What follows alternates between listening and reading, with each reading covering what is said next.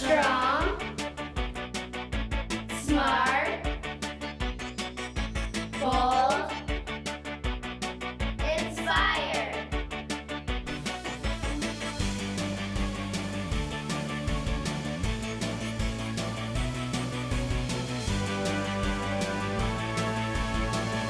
WSSB, Girl TV.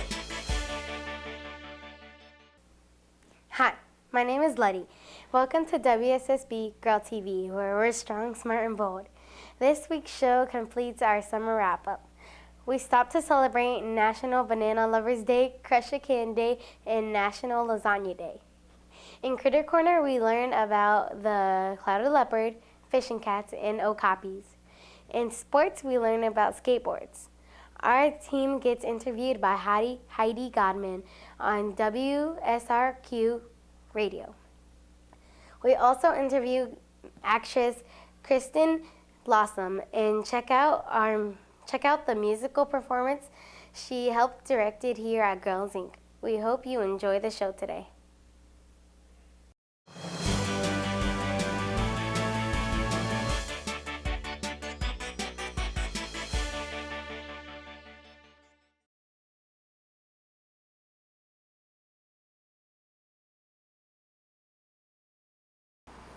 Hi, my name is Naomi, and today I have exciting news about Banana Lovers Day.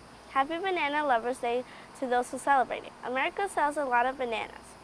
They come out of trees. They are green when they're not ready. They may even be green because they are sweet. When they are yellow, sometimes they are good and tasty. There are many types of bananas. The yellow kind is the most common one in America. Another kind of banana is the plantain. These plants might grow 30 feet tall. Josephine Baker was a famous singer who wore a skirt made of bananas. Chiquita Banana is the mascot of Chiquita Banana brand. The singing group Bananarama was formed 30 years ago in London by 3 girls.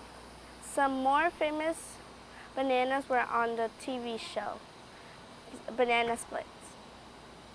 The show starred a pretend rock band made up by 4 animals. You better eat a banana for Girl TV. I'm Naomi. Bye.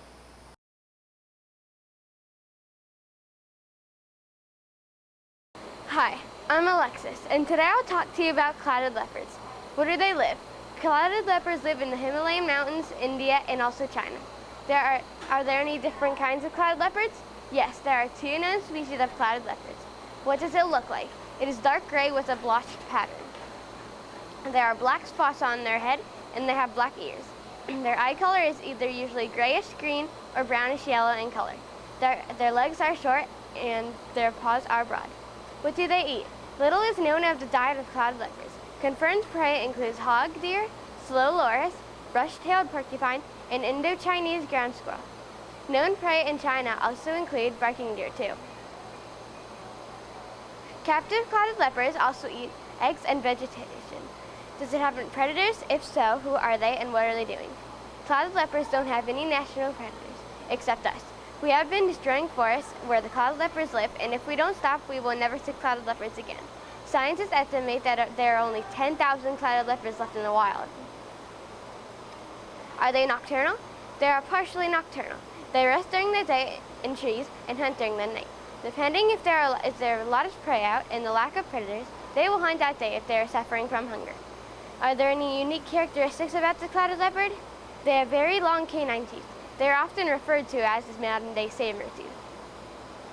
Reproduction and development. Mating season is between December and March. After a period of 6 to 30 days, the female gives birth to a litter of 1 to 5 cubs, but they usually have 3. The cubs are usually blind and helpless. The cubs look nothing like their parents. They look like mini cheetahs. They weigh about 5 to 10 ounces. The young can see within 10 days of birth, and they are active within 5 weeks.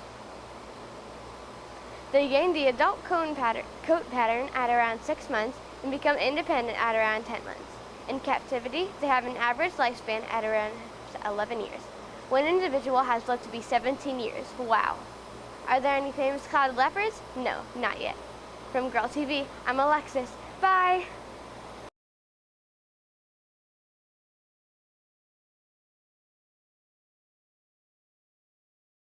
Hi, my name is Jabriel. I'm going to talk about skateboarding. Did you know that California was the birthplace of skateboarding? The way it started was waves were too weak for surfing, so Californians made a surfboard on wheels. The first skateboards looked like scooters, dated way back to the early 1900s. They were generally wood-based with milk cartons nailed onto them. They also had handles. 1959 was the first commercially manufactured skateboard called the roller derby was made, and the wheels were made of clay. In Norway from 1978 to 1989, skateboards were banned because too many people were getting hurt. People constructed ramps in forests to escape the ban. In 1970s, Frank Nasreddin made the boards with polyurethane wheels.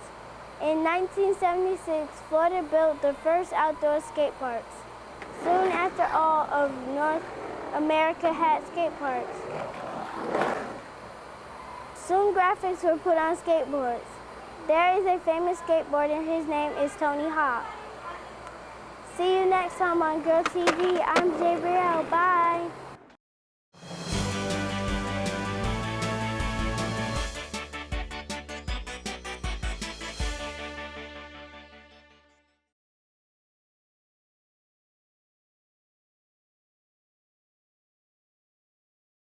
Hi, my name is Emma, and today I'm going to talk to you about Crush a Can Day.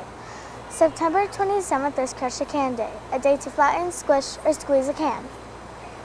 Crushing a can is a great way to release a little stress or frustration, and it makes fitting all of your aluminum into your recycle bin a lot easier. Some people crush cans with their foreheads. Some people do it with their shoulder blades or biceps. But I decided to do it like I usually do, a fun and simple stomp. And I do just as well as any trash compactor. The tiny crippled cans are barely taking up any room in my recycle bin. I'm Emma. See you next week on WSSB Girl TV. Bye.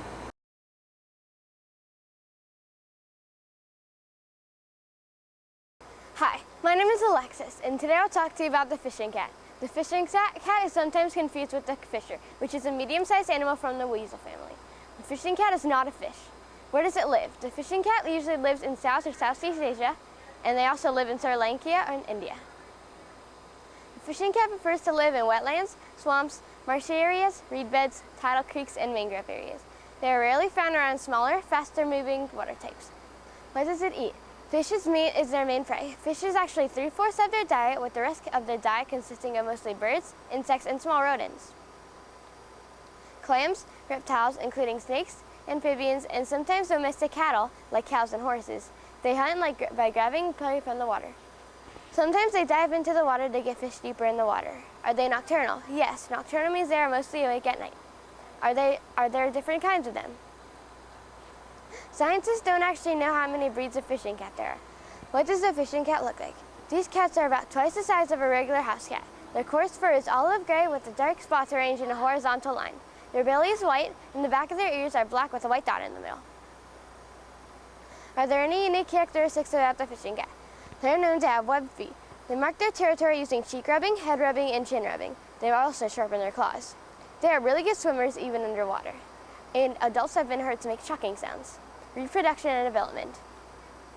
Fishing cats can mate at almost any time of the year, although most commonly they mate between January and February. The female makes her den in a soft, warm place and gives birth to 2 or 3 kittens after a period of about 63 to 70 days. The kittens weigh around 6 ounces at birth and are able to move around by the age of 1 month. They begin to play in the water and take solid foods at about 2 months. They reach full adult size around 8 months, and they get their adult canine teeth at 11 months. They can live up to 10 years. Is it okay to have them as a pet? No, it is too dangerous. Only zookeepers can handle these fierce creatures. Are there any famous ones? There are no famous fishing cats, but maybe one day there will be. From Girl TV, I'm Alexis. Bye! We are talking about the wonderful nonprofit Girls Inc. and my guests are Robin Rose, the new executive director, and also Kay Mathers, who is the community relations director. And you can call or text your questions to us about Girls Inc. So I want to get now into more detail about the specific programs and initiatives because there are so many Each one is so innovative, but we have to start with the Micro Society.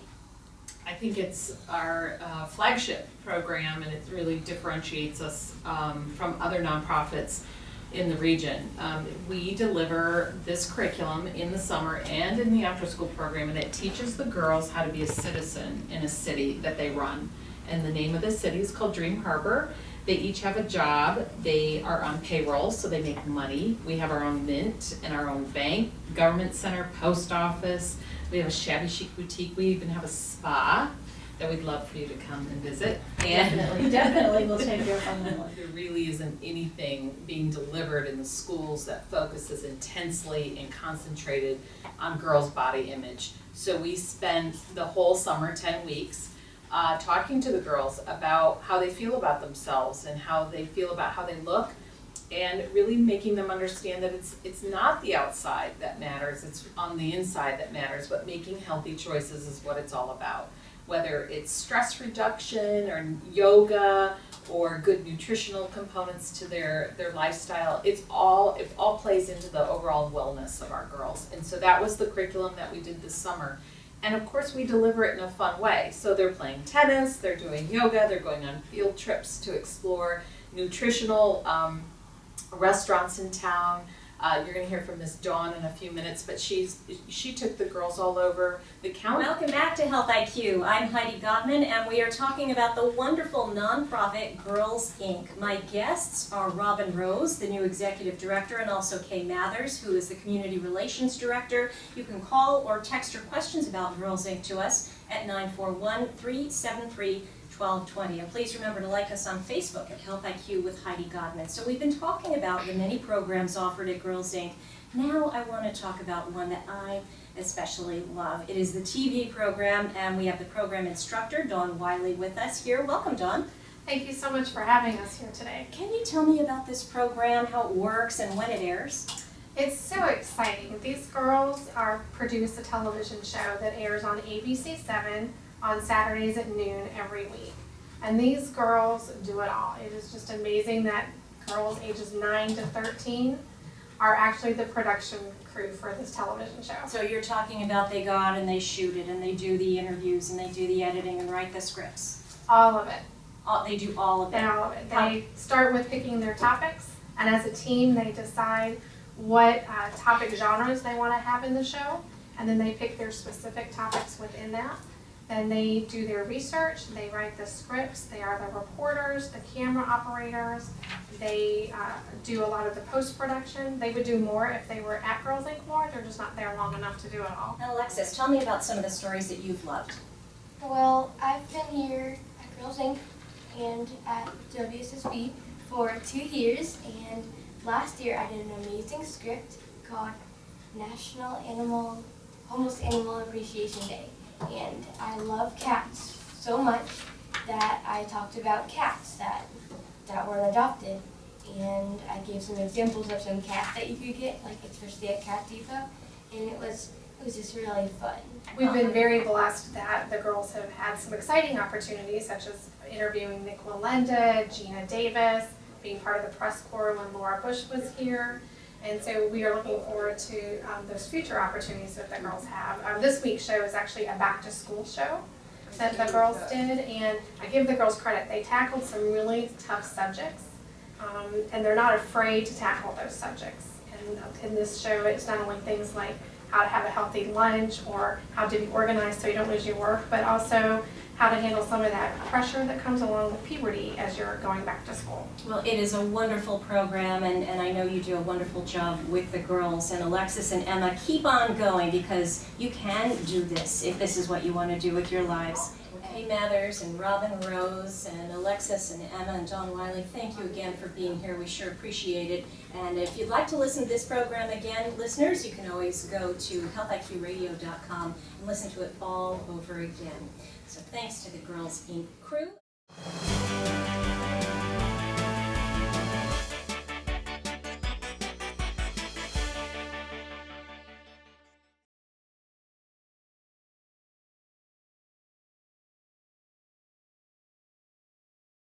Hi, my name is Emma. Today I'll be talking about National Lasagna Day on July 29th. Lasagna is believed to be one of the earliest types of pasta. These noodles are most frequently layered in a dish with ingredients and baked to create a dish called, you guessed it, lasagna. Beyond Italy, lasagna is a dish enjoyed in many parts of the world, including Canada, of course. Lasagna is made in many different styles, like lasagna with cheese and pepperoni, maple-style lasagna, and many others. Lasagna is light and flat pasta, often with wavy corners. It is usually served in layers having cheese, sauce, and generally other ingredients, like meat sauce or other types of vegetable. In few areas, specifically in the southern precipices of Italy, the sauce is mostly a simple tomato sauce and ragu, whereas in other parts, northern Italy, a bechamel sauce is more popular. Lasagna is a famous dish in other parts of the globe, from Europe to the Americas. National Lasagna Day falls on July 29th. In fact, taking the time out to cook lasagna is a great effort. It is also the month of July, when running to the oven for an hour in the scorching heat is not that much appealing. But still, you can visit a local Italian eatery to relish all the lasagna you want, without actually cooking it yourself. When Italians immigrated to the United States, they brought their cooking cultures also along with them. Lasagna has become a staple food in Italy restaurants across the country. Majority of Italian or even other restaurants offer a lot of discount and other free servings on this occasion of National Lasagna Day. It is time to enjoy lasagna at discounted prices with also to the taste variants of this cuisine. People are still arguing about where lasagna came from. Some that are fighting are Italy, Rome, and many others. A lasagna as kids can make a cinnamon toast crunch dessert lasagna. Here's how. Ingredients. 8-ounce container frozen whipped topping thawed. 1½ cup cinnamon toast crunch cereal plus more for topping. A half a cup Nutella. 1 1/2 cup Reese's Puffs or Cocoa Puff cereal. A half a cup creamy peanut butter. Directions. 1. Spread out 2/3 of 1 container whipped topping evenly into the bottom of an 8 by 8 inch square pan. Top with cinnamon toast crunch cereal. 2. In a small saucepan over medium heat, melt Nutella until smooth and pourable. Pour evenly over cinnamon toast crunch. 3. Carefully spread another 2/3 of 1 container whipped topping over the Nutella crunch cereal crunch layer. Top with Reese's Puff cereal. 4. In the same small saucepan over medium heat, melt peanut butter until smooth and pourable. Pour evenly over Reese's Puffs. 5. Carefully spread a medium whipped topping over the Reese's peanut butter Reese's Puff layer. Freeze until firm, about 4 hours. 6. Before serving, sprinkle top with extra crunch cinnamon toast crunch cereal. Cut into squares with a safe knife. I'm Emma from WSRQ TV. See you next week.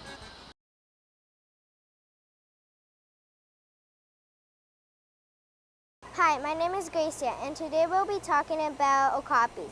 Do you know what an okapi is? Well, let me tell you. Okapis look like a giraffe, but with shorter necks. They have reddish dark back with horizontal white stripes in the front and back legs, making them look like a zebra from a distance. Their diet is leaves and fruits. That means they are vegetarians. When animals are vegetarians, they're called herbivores. Okapis' tongues are so big that they can wash their eyelids and clean their ears inside and out.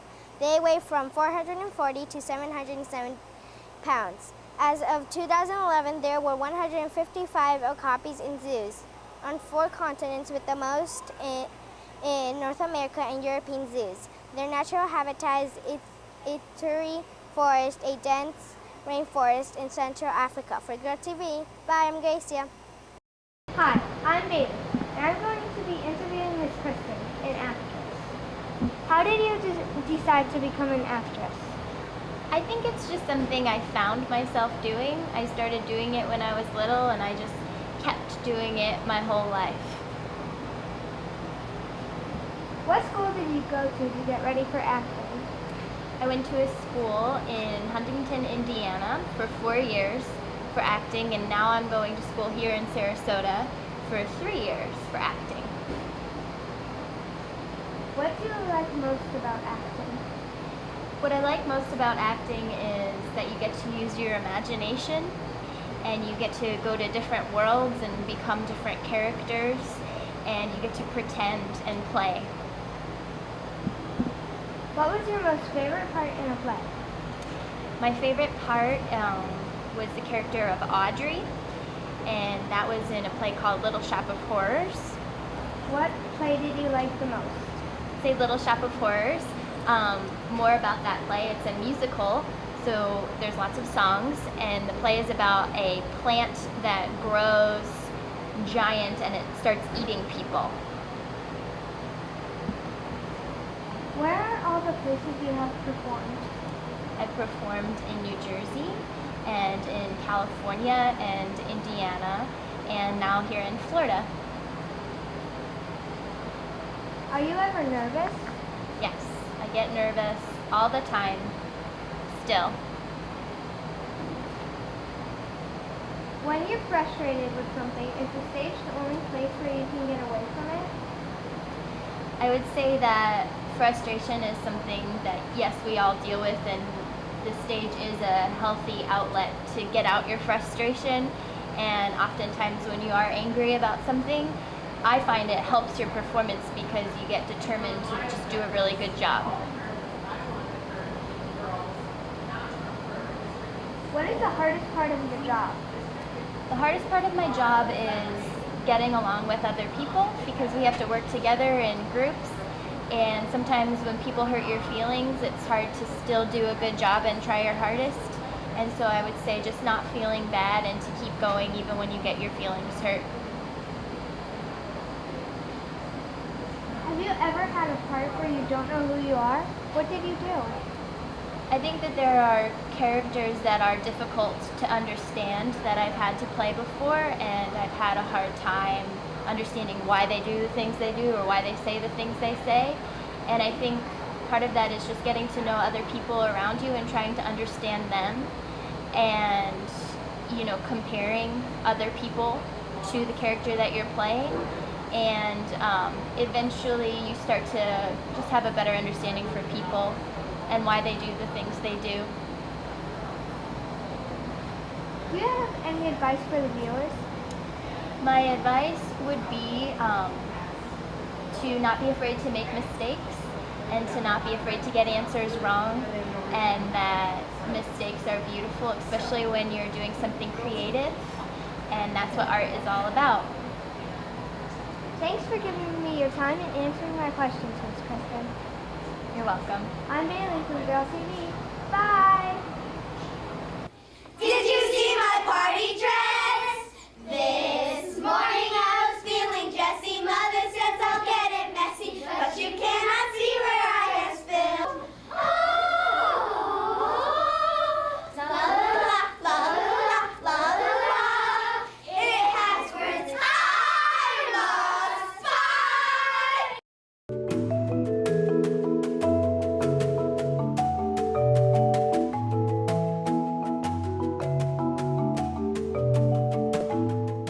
Hi everybody, I'm Rachel. Welcome to Girls Inc., a place where girls learn to be strong, smart, and bold.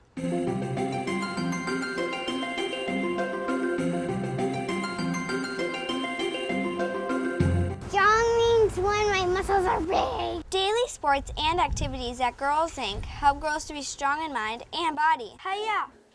You're smart about choices. You don't always go along with the crowd. You pay attention in class and get good grades. Girls Inc. makes learning about science, math, art, and technology fun. Programs like Project Bold help girls become strong leaders, build self-confidence, and teaches girls to be themselves. I am Girls Inc. I'm Girls Inc. I am Girls Inc.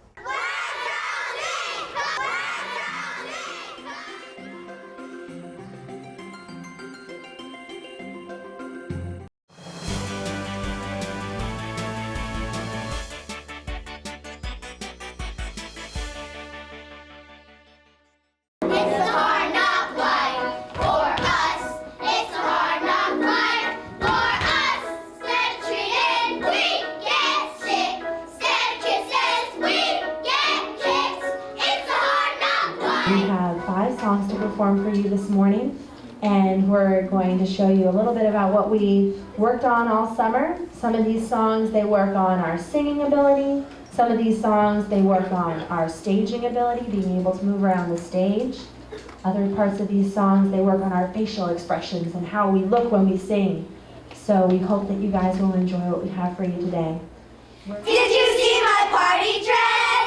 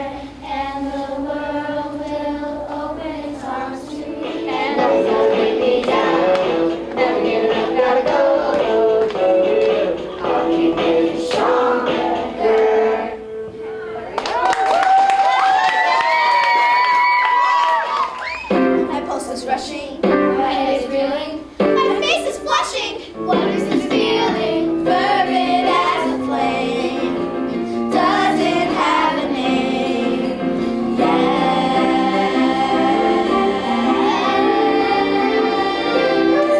Loathing of adulterated loathing for your face, your voice, your clothing. Loathing, there's a strange exhilaration. It's such total desiccation. It's so pure, so strong. Boom! You'll be with me like a handprint on my heart.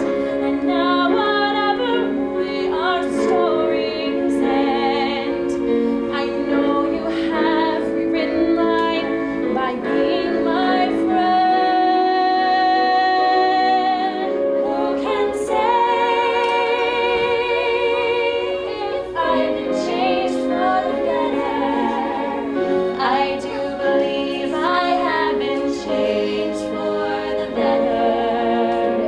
So thank you all ladies for coming and watching our performance. Listen to your counselors.